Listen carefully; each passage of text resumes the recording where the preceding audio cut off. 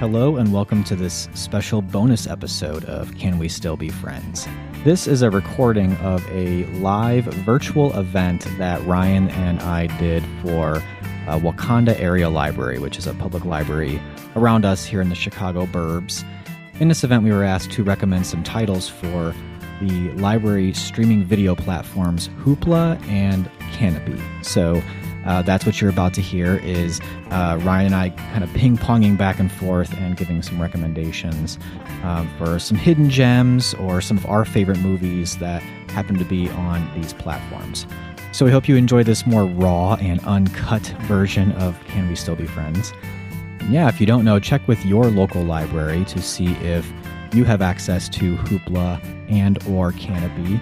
A lot of these movies we talk about are also available on other streaming services you may or may not subscribe to. So we want to once again thank Wakanda Area Library for having us. We had a blast putting this together and giving the presentation. Enjoy this little episode, and we will be back shortly with our next official episode of Can We Still Be Friends?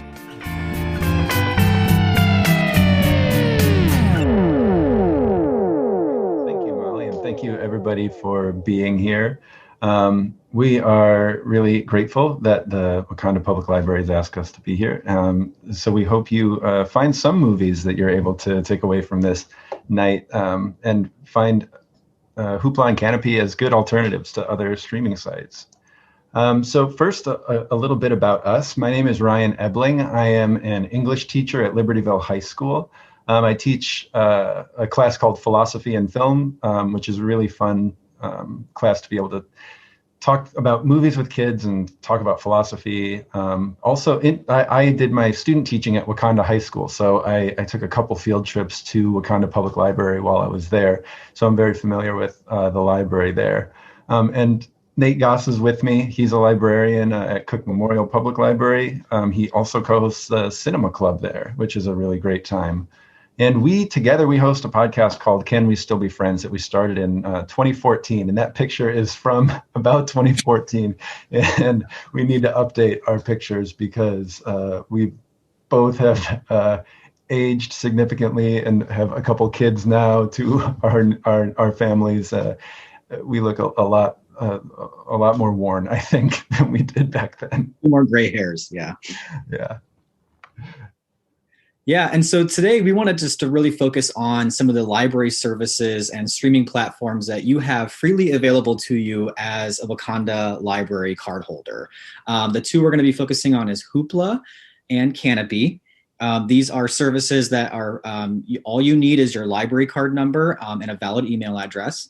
And with Hoopla, you can check out up to 10 titles per month. And Hoopla isn't just movies, actually. It's also filled with ebooks, music, and movies and audiobooks as well. So movies are just a little part of that. Kanopy is a little bit more focused on cinema, on movies, but it's got a great collection. Actually, both these services have amazing collections.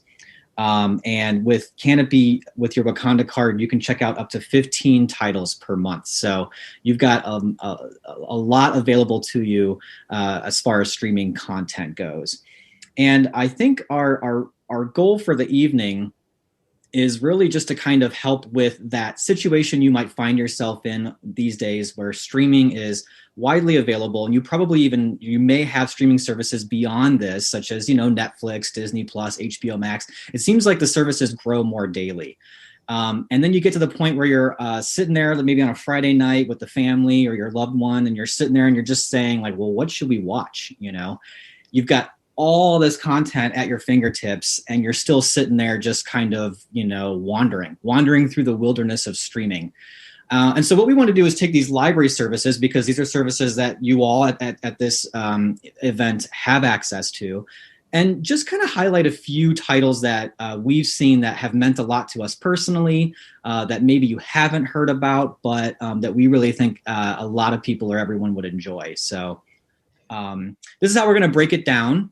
Basically, what we're going to do is we've broken it down into genres. So we're going to talk about comedies, documentaries, romance movies, horror or suspense thriller movies, and then end it with dramas. And what we're going to do is Ryan's going to pick his title. I've got my title. We'll talk about it quickly. And then we have what we're calling a consensus pick, which is something that we both love. It's also probably a much more popular film, or at least one that most people have heard of, but it's kind of like, oh, I didn't know Hoopla and Kanopy had that available, and I can watch it anytime. So sort of one of those like, oh, that's cool that these are available on Hoopla and Kanopy. And then at the end, we will open it up for some questions, or maybe you have some titles that you've loved in Hoopla and Kanopy and that you'd want to share with the others in the group. I did see something in the chat about whether these are available on Roku, and yes, Kanopy and Hoopla are both available with the Roku device. In fact, both of these streaming platforms are extremely compatible with a lot of the different streaming devices that are out there. Pretty much whatever you're using, you can probably get Hoopla and Kanopy, and even if you don't have like a streaming device or a smart TV, you can get these even on your smartphone, or they both have browser versions that you can watch on a laptop or computer. So yeah, why don't we go ahead and let's jump in. Yeah, let's get started with comedies. So my pick is a movie called Tucker and Dale versus Evil, which, hear me out, I know that looks a little bit intense. And Nate's going to be talking about The Life Aquatic after first. Yeah, so my pick is Life Aquatic. Now, this is a Wes Anderson movie. If you're not familiar with who Wes Anderson is, you might be familiar with some of the titles he's done. He did like Royal Tenenbaums, Rushmore. More recently, he did Grand Budapest Hotel. He's done even some sort of, animation, stop animation type stuff with Fantastic Mr. Fox. His stuff is always filled with that kind of that whimsy, that imagination. But this title, Life Aquatic, came out in 2004. It was written and directed by Wes Anderson, but also written by Noah Baumbach, who has sort of made a name himself as a filmmaker, doing movies like Squid and the Whale, Frances Ha, Wedding Story. And so they teamed up to write this movie kind of after Wes Anderson had just finished the success of Rushmore and Royal Tenenbaums. And as you know, if you've seen either of those movies, he does collaborate quite a bit with Bill Murray. But this one, Bill Murray is kind of the star. And if you didn't think Wes Anderson was shooting big enough, he decided to go for a Moby Dick-like plot where Bill Murray plays an oceanographer named Steve Zissou, who is trying to exact revenge on a mythical jaguar shark that has killed his partner. So he rallies together this crew that includes his estranged wife, a journalist, and someone who claims to be his son. But you've got to look at this cast. Aside from just Bill Murray alone, you've got Owen Wilson, Cate Blanchett, Angelica Houston, Willem Dafoe, and Jeff Goldblum. I mean, you can't beat that cast, really. Like a lot of Wes Anderson, it's got that sort of characteristically eclectic soundtrack, and this time it features Brazilian guitarist and songwriter Sue George singing David Bowie songs in Portuguese. So if that wasn't enough, you've got that as well. But this movie is really kind of signature Anderson in every way. It's a really touching homage to Jacques Cousteau. It's got his sort of stop motion animation that you would see him really fine tune in Fantastic Mr. Fox. It's got sort of the dioramas that he loves to use to tour through things, in this case, his ship. A sort of 60s, 70s nostalgia vibe. It's full of that whimsy, and it's actually just really funny. And the reason I mention this as a hidden gem is because, it got mixed reviews on its release. It was a box office flop. But over time, especially if you're a Wes Anderson fan, I find that so many Wes Anderson fans just have a really loving affection for this movie. It's pretty much become a bona fide cult classic at this point. So I really do think this is also probably both Wes Anderson and Bill Murray at their most playful together. So that's my pick, The Life Aquatic. Yeah. And speaking of cult classics, this movie is absolutely, I think, underseen. It's directed by Eli Craig, who I think remains an unknown director, starring Tyler Labine and Alan Tudyk. You might recognize him from things like Firefly, and he pops up here and there as kind of one of those actors that you're like, oh, that guy, he's in something else. And so this is a horror comedy, but it's much heavier on the comedy than it is on the horror. And I just love the plot of this movie. It's a group of preppy college kids spend a weekend vacation up at a cabin in the woods which that's a tired horror cliche. They're really creeped out by the hillbillies in this dilapidated cabin across the lake, played by Alan Tudyk and Tyler Labine. But the way that Tucker and Dale versus Evil updates that old cliche of college kids being terrorized by creepy locals is that Alan Tudyk and Tyler Labine are Tucker and Dale, and they're just there at their fixer-upper cabin to have a good time. And they're really sweet guys, but the preppy college kids just assume that they're out to get them because they've seen too many horror movies themselves. And so the college kids keep thinking that Tucker and Dale are kind of hunting them, but really they're just out fishing or they're out drinking beer by the lake or something. And so the college kids decide to attack Tucker and Dale, but they're so bad at it, the college kids ends up hurting themselves, which makes the other college kids think that Tucker and Dale are attacking them back. And it gets more and more crazy as Tucker and Dale just get more and more befuddled as why these college kids are so clumsy and hurting themselves all the time. So, again, there are horror elements of it and a little bit gory at times, but you should watch it for the relationship between Tucker and Dale. It is so pure and so funny, the way they care for each other. And it's also a good movie that's just scary enough to be exciting, but it's funny enough that you'll be able to sleep at night as well. So that's Tucker and Dale versus Evil. And that brings us to our consensus pick, which is very different from, I think, both of those movies. And that is Some Like It Hot, directed by Billy Wilder and starring Marilyn Monroe, Tony Curtis, Jack Lemmon. If you haven't seen this one, this is definitely one to catch up on. Nate, what are your thoughts on this movie? Well, I mean, this is one that, if you're a film lover, you kind of have to see it. This is considered, I think, one of the greatest films of all time. Actually, it was the top comedy of AFI's 100 Years, 100 Laughs list that they put out. And I think that what really strikes me is just how funny it still is when you watch it. Funny and also just kind of, it still has edge to it. It still has an edge to it. The movie at the time was made without the approval of the Hays Code, which is sort of the what would you call that? Sort of the production code that made sure everything was sort of wholesome in Hollywood at the time. Yeah. And technically it was still in effect. But they made the movie anyways. But it would have gone against the Hays Code because it plays with ideas of, homosexuality and cross-dressing. But actually, it was considered one of the final nails in the coffin of that code because no one seemed to care at that time. It was just such a funny, lovable movie. It was really hard to not to like. I'll also add that this was one of the first 25 movies inducted into the National Film Registry when they launched that. But it's great. I mean, it's Billy Wilder. The cast is amazing.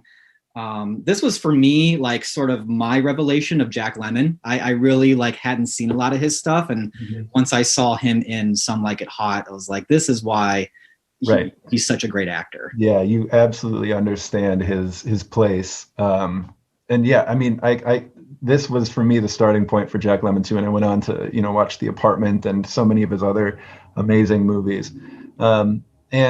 Marilyn Monroe is great in this too. She is really funny. I don't know what this did for people's perception of her at the time, but I know I think a lot of people see this as kind of where she became such a legitimate actress and presence in films. And Tony Curtis doing sort of a Cary Grant thing too. It's just everything. It's kind of, it goes for all of it, and it lands everything. I think it's just such a great movie on repeat viewings as well. Yeah, and we didn't really give a quick synopsis of it in case you haven't seen it, but really quickly, basically, Jack Lemmon and Tony Curtis play jazz musicians who kind of witness some gangster activity, and so they end up needing to get on the run. And the only way that they can kind of hide themselves and run away is by dressing up as women and joining an all-women's jazz group. And Marilyn Monroe plays the ukulele player in that jazz group. And, the hilarity ensues, basically. Yeah. Yeah. So if you haven't seen it, definitely see it. If you have seen it, rewatch it. It's like Nate said, it holds up. So our next category is documentary. And I'm going to be talking about the movie called Stories We Tell. And Nate's going to be talking about Beauty is Embarrassing. But first, I'll tell a little bit about Stories We Tell. This is from 2012. It's directed by Sarah Polley. And like it says there, she turns her camera on her family to try to understand herself better. And it's a really fascinating story about how she found out that the man who raised her as her father was not her biological father, though he was the father of her 3 siblings. And then she finds out that she is actually kind of the love child of her mother and a family friend. And as the movie unfolds, she kind of learns more about like how that came to be and who the man gets to know the man a little bit better. But at the same time, kind of behind the scenes, the movie is also about not just her story, and it's not just her story to like air her dirty laundry or expose family secrets, but she really examines how all of us kind of construct our own truths and our own stories, that our lives are just stories that we tell, as the title suggests. And it kind of questions whether the truth of our stories is really the sum of all of the facts of our lives, or if there's something more to it. So she kind of, there's a big moment in the movie, and you kind of learn to understand yourself as a person, as a movie watcher. Like, she really goes for a lot in a really simple and very effective way. And so if you really like moving and thought-provoking documentaries, and then you want one that ends up being really surprising in ways that you never expected, Stories We Tell is absolutely fantastic. In fact, we did an episode about our favorite movies of the decade, and this was one of my top movies of the decade. I really, really love it, and I've watched it a few times, and I get something more out of it every time. Yeah, I second that. Stories We Tell. Man, that thing kind of upends documentary itself as well. I mean, it's really sort of, if you like documentaries, it challenges some of that as well. Even. Yeah, it does. My documentary is very lighthearted, fun. This would be a great, just sort of like easy watching Friday night documentary to watch. It's called Beauty is Embarrassing. It came out in 2012, and it really just follows the artist Wayne White. I had no idea who Wayne White was. But then when I found out, it's like he's just sort of been a part of my life and I didn't even know it. So Wayne White, he was raised in the Tennessee mountains. That's sort of where he says he's from. So he's got kind of this really sort of interesting, Southern dialect that he speaks in. But he has been many things: a painter, a sculptor, a cartoonist, an illustrator, a puppeteer, set designer, art director. So he's had his hands in all sorts of projects and art. But the way that I knew him, after watching this, was realizing he basically designed all of Pee-wee's Playhouse and designed all the puppets. So he is Randy. If you ever watch Pee-wee's Playhouse, he's Dirty Dog.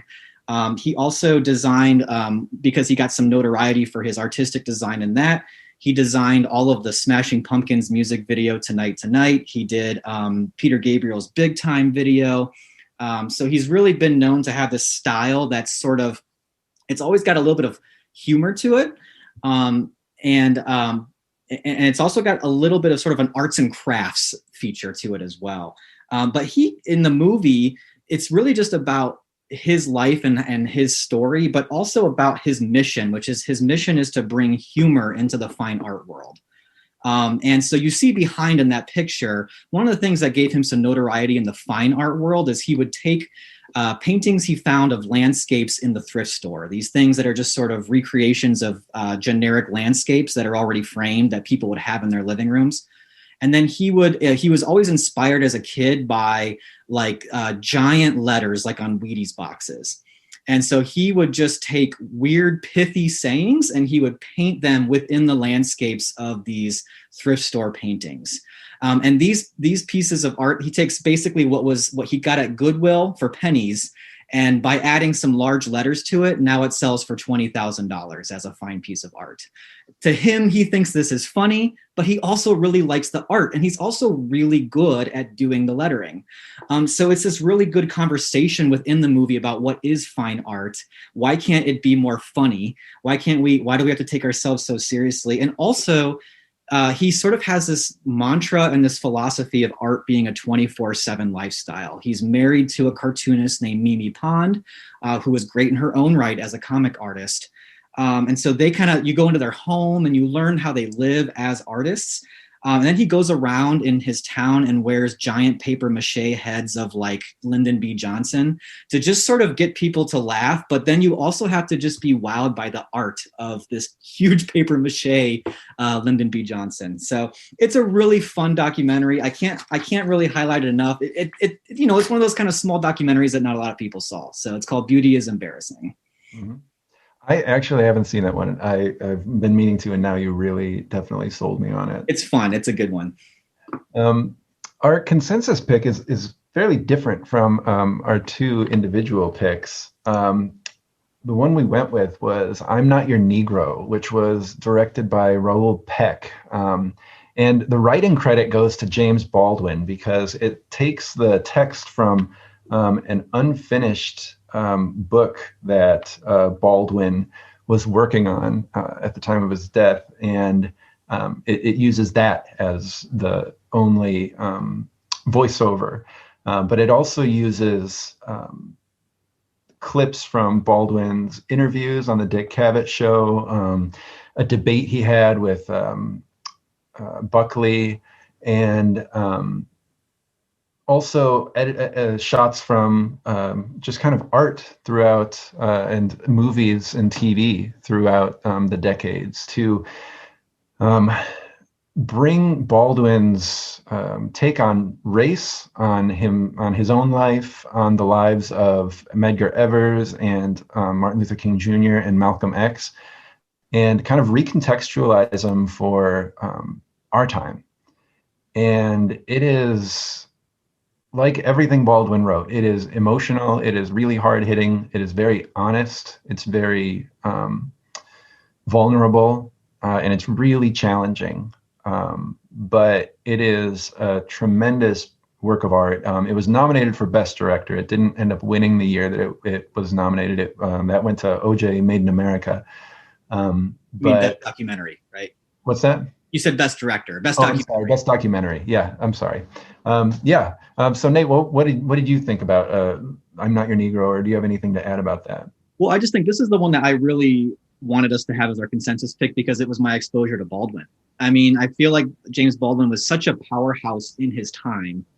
And for whatever reason, I feel like now in our generation, he was someone that if you hadn't read one of his books, you may not know a whole lot about James Baldwin. And I didn't know much at all. This documentary really exposed me to just just an intellectual powerhouse this guy was, and such a beautiful author as well. So the actual words from that manuscript, which was called Remember This House, they're narrated by Samuel L. Jackson. And I think you just get a real flavor of what made him so important to the civil rights movement, just his words, and how important they still ring true to this day. That scene of him on the Dick Cavett show where he's debating Yale professor Paul Weiss, I'm not gonna say anything more about it other than I couldn't believe how he could just off the top of his head, just completely tear down this Yale professor who was basically trying to say, why does everything have to be about race?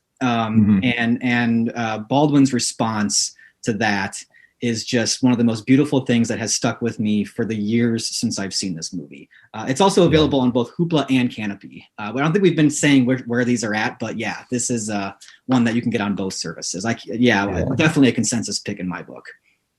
And I would say the performance by Samuel L. Jackson is one that I've never heard from him. Like, it's this very quiet, gravelly kind of voice. Like, even just the Baldwin's words, of course, but Raoul Peck's direction and the choices he makes are really something as well.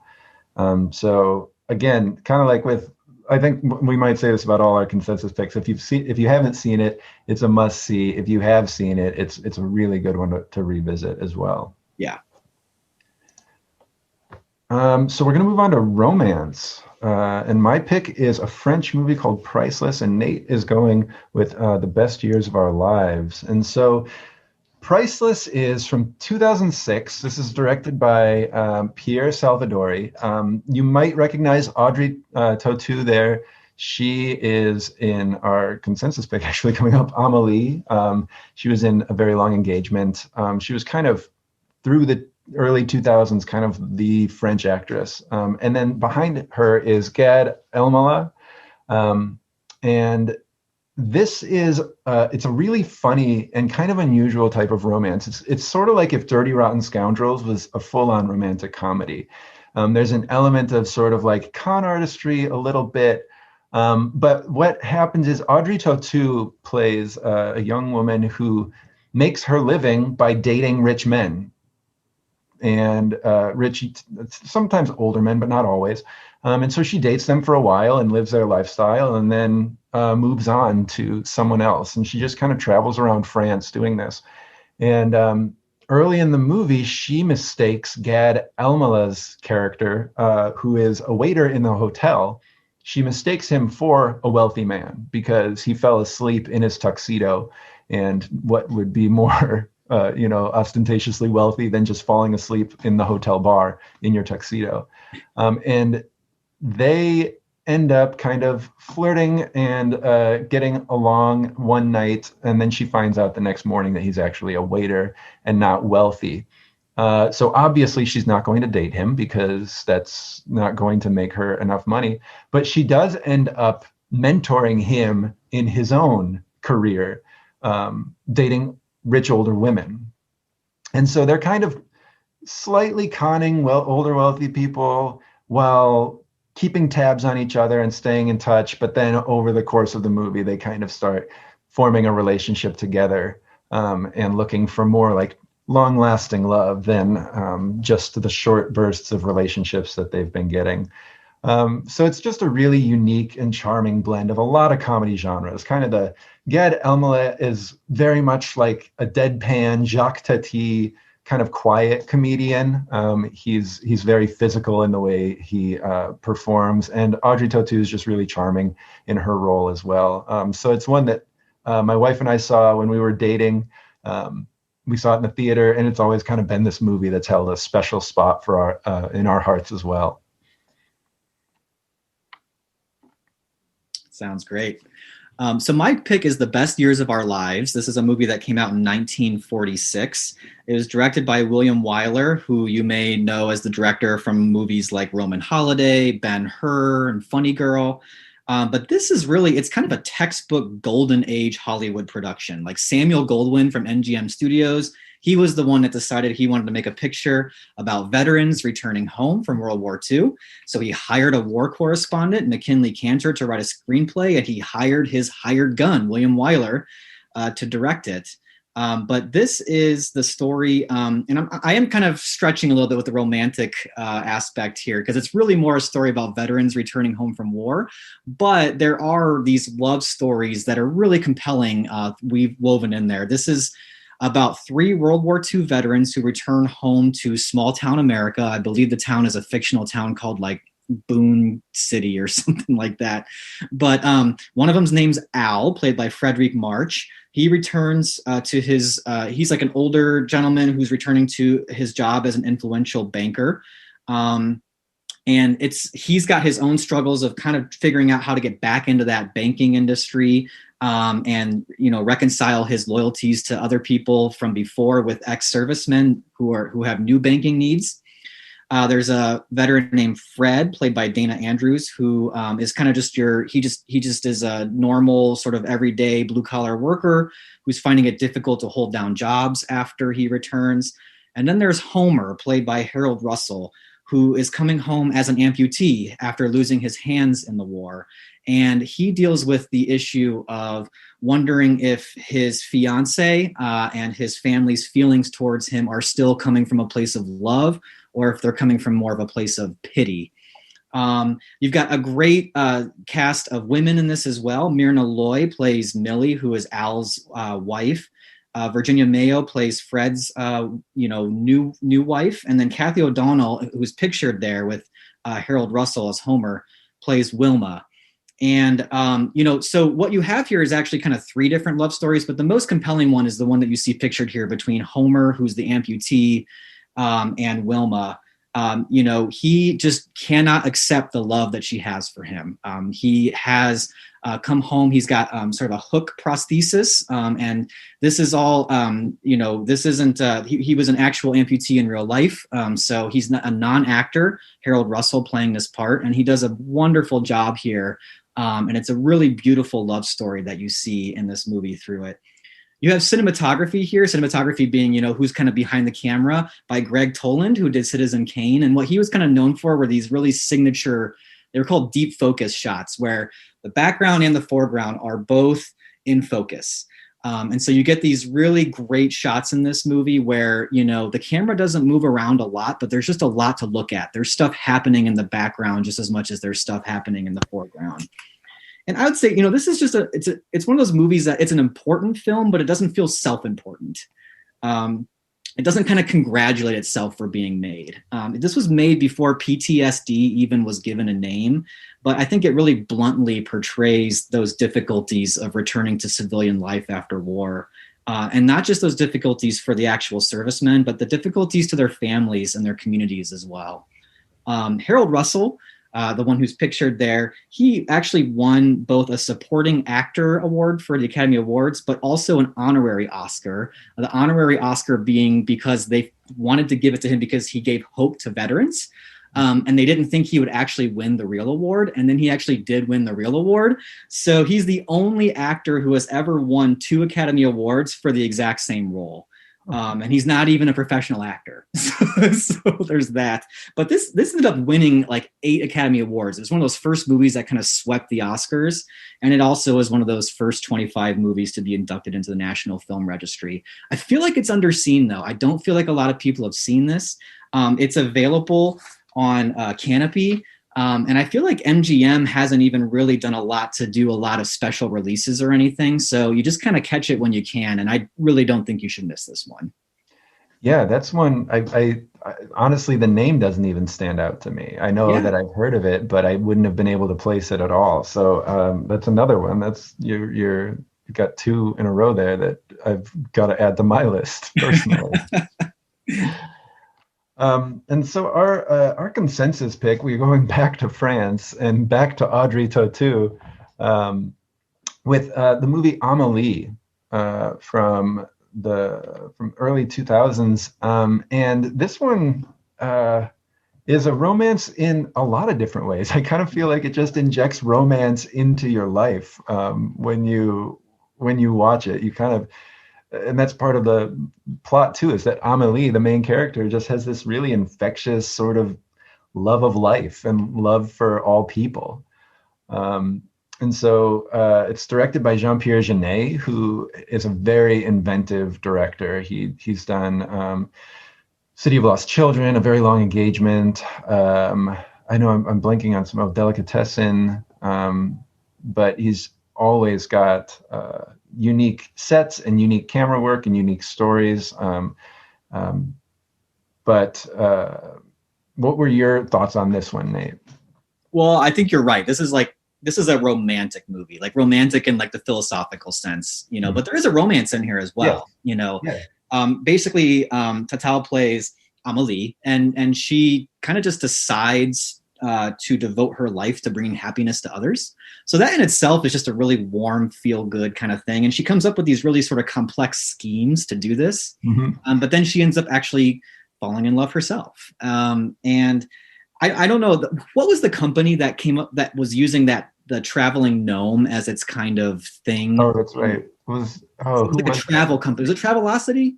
Yeah, Travelocity, yeah. Yeah, thanks. But, if you didn't know that actually came from Amélie, because there's a part in there where she sort of, has this gnome travel around and have pictures taken from all around. So it's got that, like you said, that really charm, that whimsy. It's just such a, light, fun movie to watch. It also has this amazing score by Jan Tiersen, one of my favorite film scores of all time. And I just love putting it on just any day I can put that on and it puts me in a good mood. So Yeah, and it feels so French too. it does. It's a very French, and that's the other thing too, is if Paris is a character in this movie, and it's not really realistic. It's more of it's like a romanticized depiction of contemporary Paris. It's really it's such a great movie. Well, it's interesting that realism is not what this movie's going for. Like you said, Amelie's plans can be really complex and they count on a lot of stuff going right that like would never happen. But it is also rooted in really simple joys. Like one of the most classic scenes is just like, it's a quick moment, but Amelie enjoying cracking the top of a creme brulee. Like, even for all its whimsy and complexity, it also just invites you to remember how great the little things are. And it is really a celebration of life in that way. It's a very life affirming movie. So so that's available on Hoopla, by the way. That's right. All right. Big shift. We're gonna go here. Romance to horror and thriller, and I'm starting off by talking about a movie called Time Crimes, and Nate's gonna go back to the 70s to talk about Ganja and Hess. Time Crimes is a Spanish movie. It's from 2007. It's directed by Nacho Vigalondo, and it stars Cara Elahade as Hector. And I chose this movie. It's not the greatest movie, but it's a movie that at the end of it, I just wanted to talk to people about. I thought it was really fun. It's creepy, it's thrillery, but it's kind of this fast-paced time travel thriller, and it's got a sense of humor. But at the same time, the director, who also co-stars in the movie, really cranks up the tension as it goes. And the basic plot is Hector sees something kind of strange happening in the woods, so he goes to check it out, and he finds himself being kind of stalked or chased by this really creepy bandaged man. He was on that poster. He looks very stereotypically horror movie. And in his escape, he runs into this building nearby and ends up accidentally going back in time an hour, he goes back in time an hour to save himself from this person. Then from there, like, the tension kind of starts cranking up. So it's got some B-movie qualities in a really good way. It knows how to tell a really kind of strange story, and it doesn't take itself too seriously. Its time travel isn't Christopher Nolan levels of like, you have to sit down with a binder and really write out what's happening. Basically, he goes back an hour and you start to, and it makes sense from there. But again, it was just one that I really wanted to talk about. It's twisty, but it's not something that you have to pay such close attention to. It's just another kind of fun, like you said, or about a couple of these, Friday night movie. If you want a good amount of suspense and a compelling story that isn't too complex or high on itself, this is definitely a movie to check out. Yeah, I haven't seen that one either, so I'm going to have to add that one to my list. It sounds really fun to talk about. So, all right, so I'm going to switch over gears a little bit to a movie called Ganja and Hess. It's from 1973, and I would say this is a horror movie. Like, I don't know that if you're not into horror, I don't know that I would necessarily recommend it, but if you are into horror, I feel like it's a must-see. You have to see it. This is written and directed by Bill Gunn, who was sort of an actor and playwright at the time, had a little bit of notoriety. It stars Marlene Clark and Dwayne Jones. And basically, Bill Gunn was asked by a studio to make a blaxploitation vampire movie, kind of like in the vein of Blackula. Blaxploitation being sort of those movies, most of them like from the 70s, they're a little bit lower budget, but there were movies that were like starred and were made by the black filmmakers and black actors and actresses. Oftentimes, they didn't have the budgets that most other movies had, so they tend to be pretty low budget.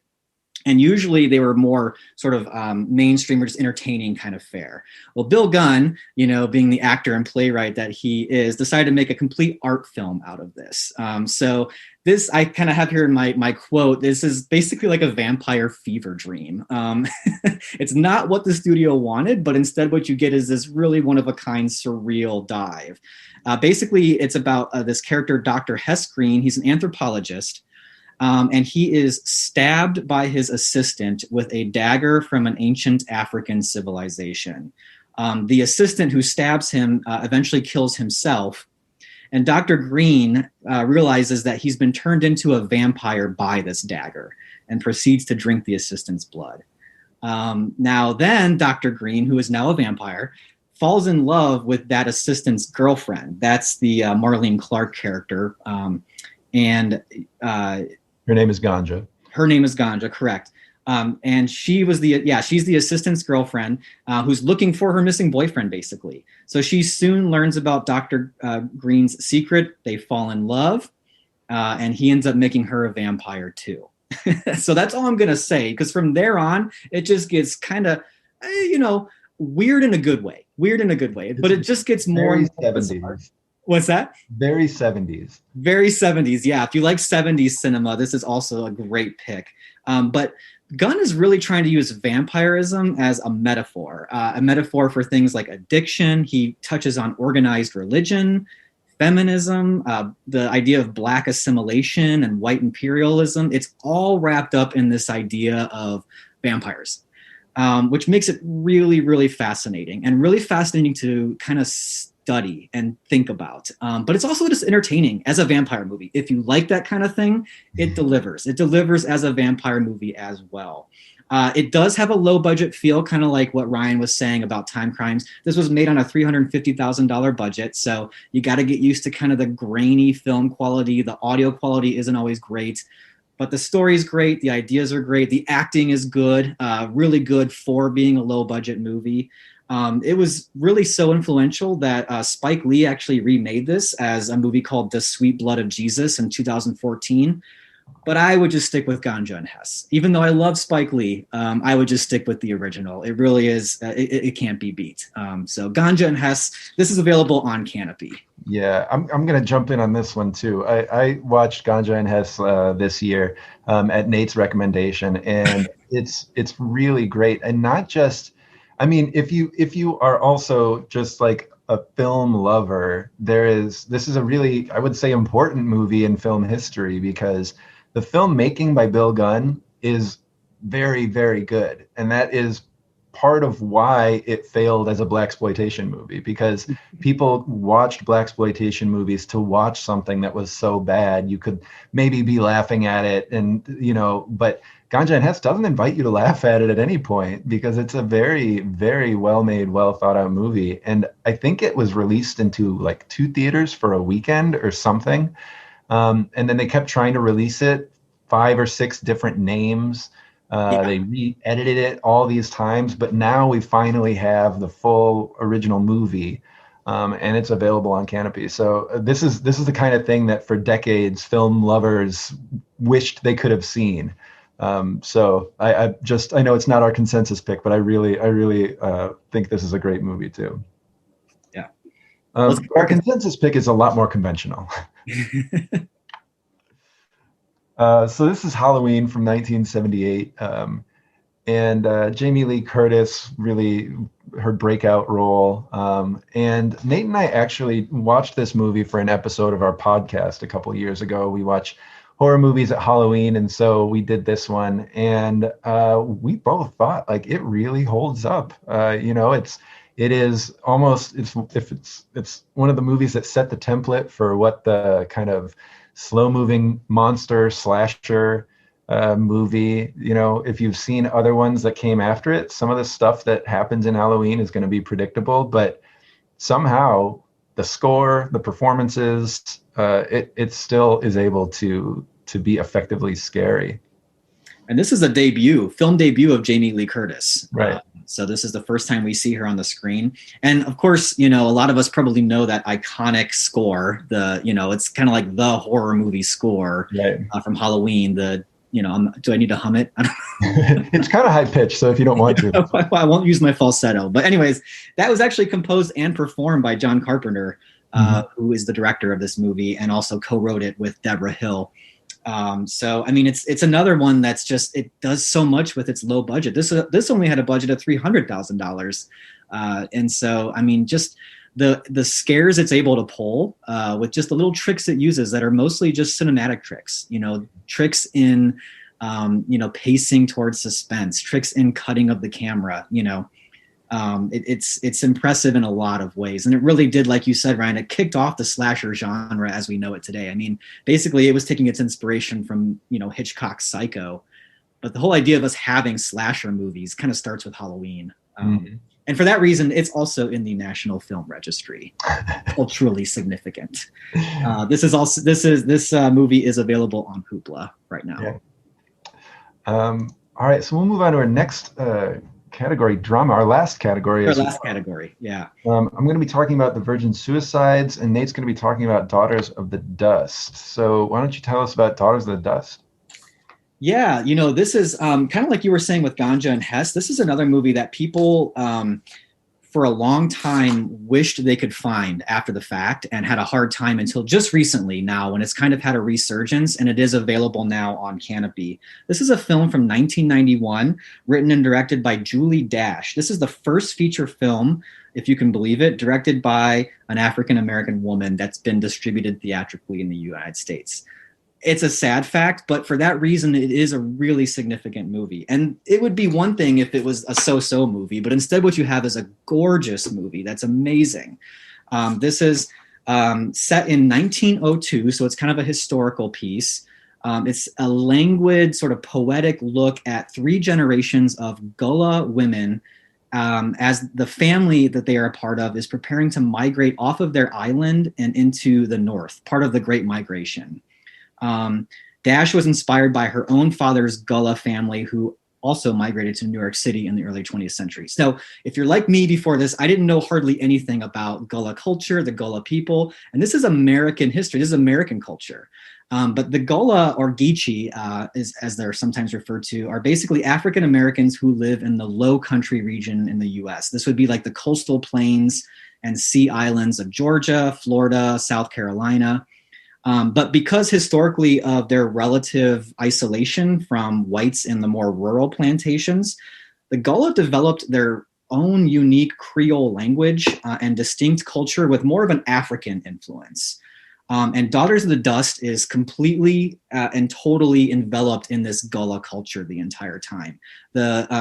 Even all the language in the movie is spoken within the Gullah dialect. It was filmed on St. Helena Island in South Carolina. This is just one of those, like, if you love just beautiful movies, just movies that look amazing, huge landscapes, kind of like, movies that are just romantic in that way, where they're just like sweeping landscapes. You can't do better than Daughters of the Dust.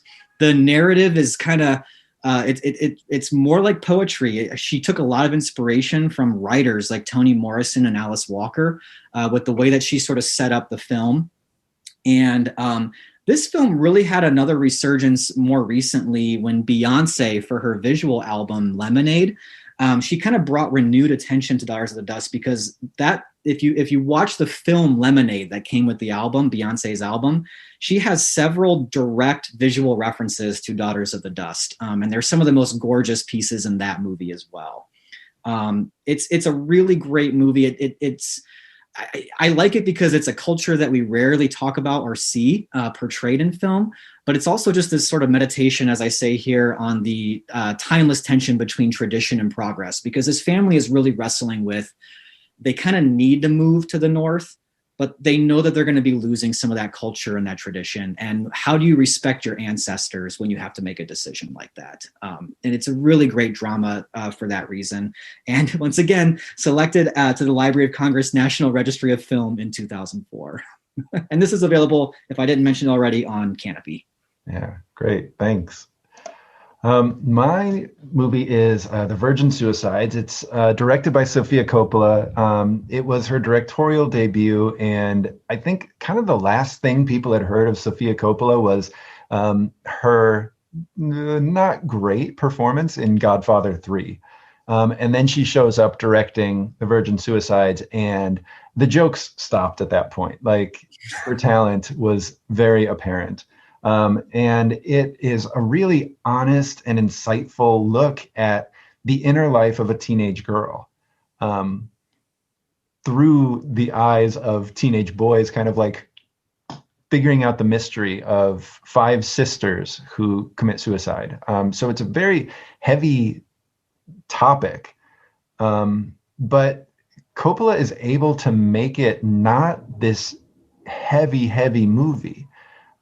She really allows the girls like joys to come through, their frustrations, also just the mundanity of being a teenager. I think that it can be easy to forget that being a teenager is really boring sometimes, especially when you're not in control of your own life. And so for five teenage girls in the 1970s, that's the story that Sofia Coppola is telling.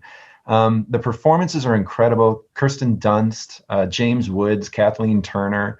Dunst and Kathleen Turner especially are great.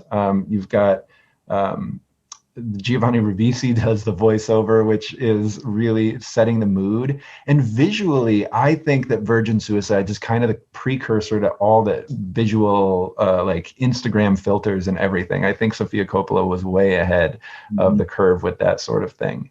But it's a movie that really takes its time to think about what it's like to be a teenager in a way that is really respectful to that age.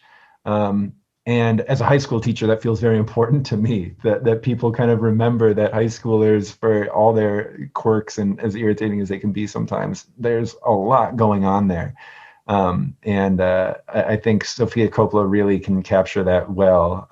And this movie just really holds up for me as well on repeat viewings. I'm gonna jump in on this one as well, even though it's not our consensus. And we did a episode of another Sofia Coppola movie, Marie Antoinette, that we loved as well. And I think it's just we kind of talked about it as like the cool factor. There's something so cool about Sofia Coppola's directing that you I don't know how to explain it. You just feel cool watching it.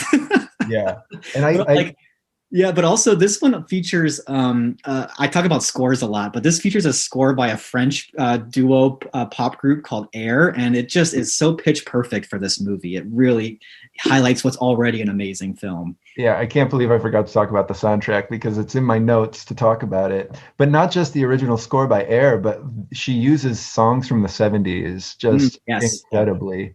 And it's a real, It's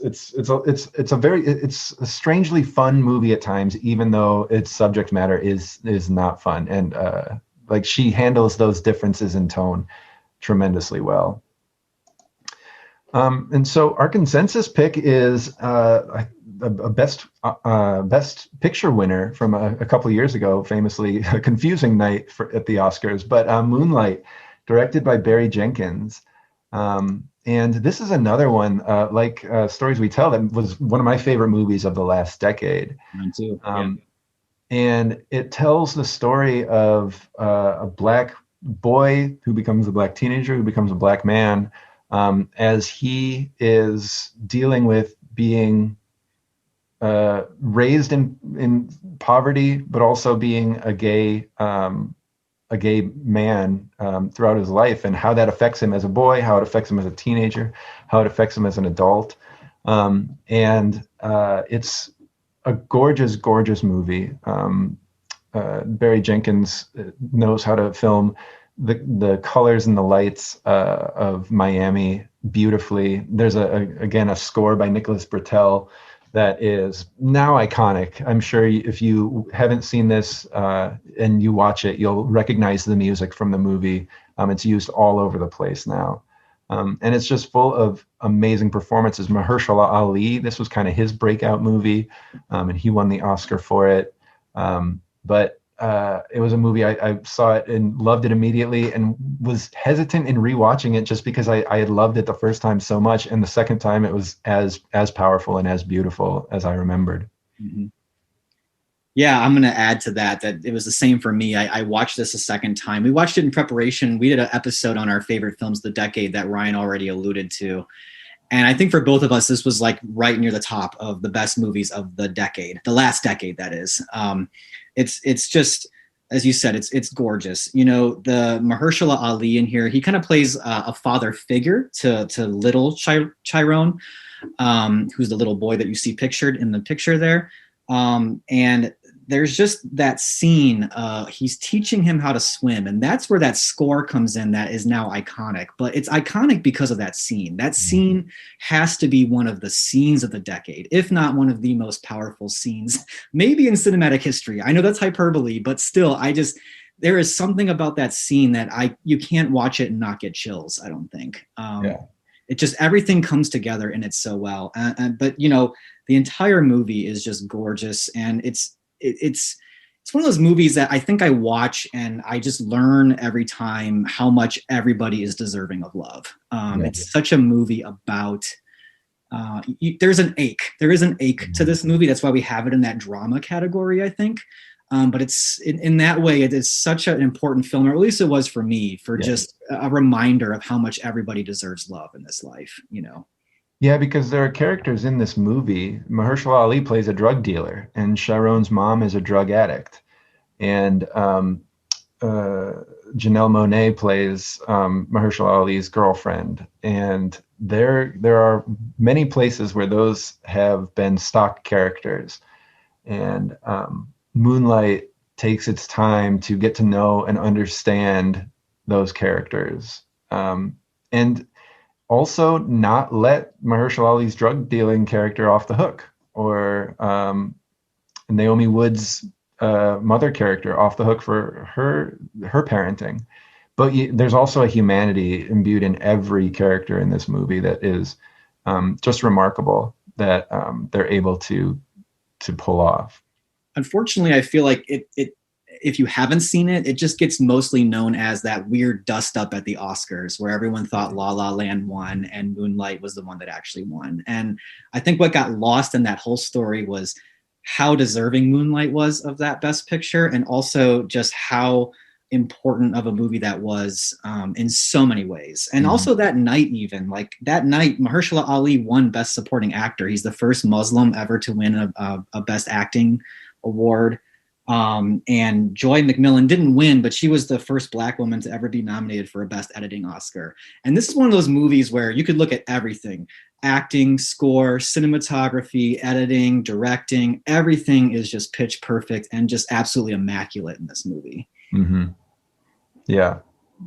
I mean, given time, that could move up to one of my favorite movies of all time. Yeah, I could see it doing that. So that's it for our list. That's all our categories. We're about at 8:00. Are there questions? I know there were some questions about that Molly was able to answer in the chat, but are there questions about any movies that we've talked about, or do you have movies? Have you been perusing Kanopy and Hoopla and you've got some to suggest to anybody? Yeah, and while we're waiting for that, I just want to mention that with Hoopla and Kanopy, it's important to know that what we recommend tonight, you'll want to watch quickly, because in those services, sometimes things expire and what is available today may not be available a month from now. Just wanted to kind of give that disclaimer. It's a good point.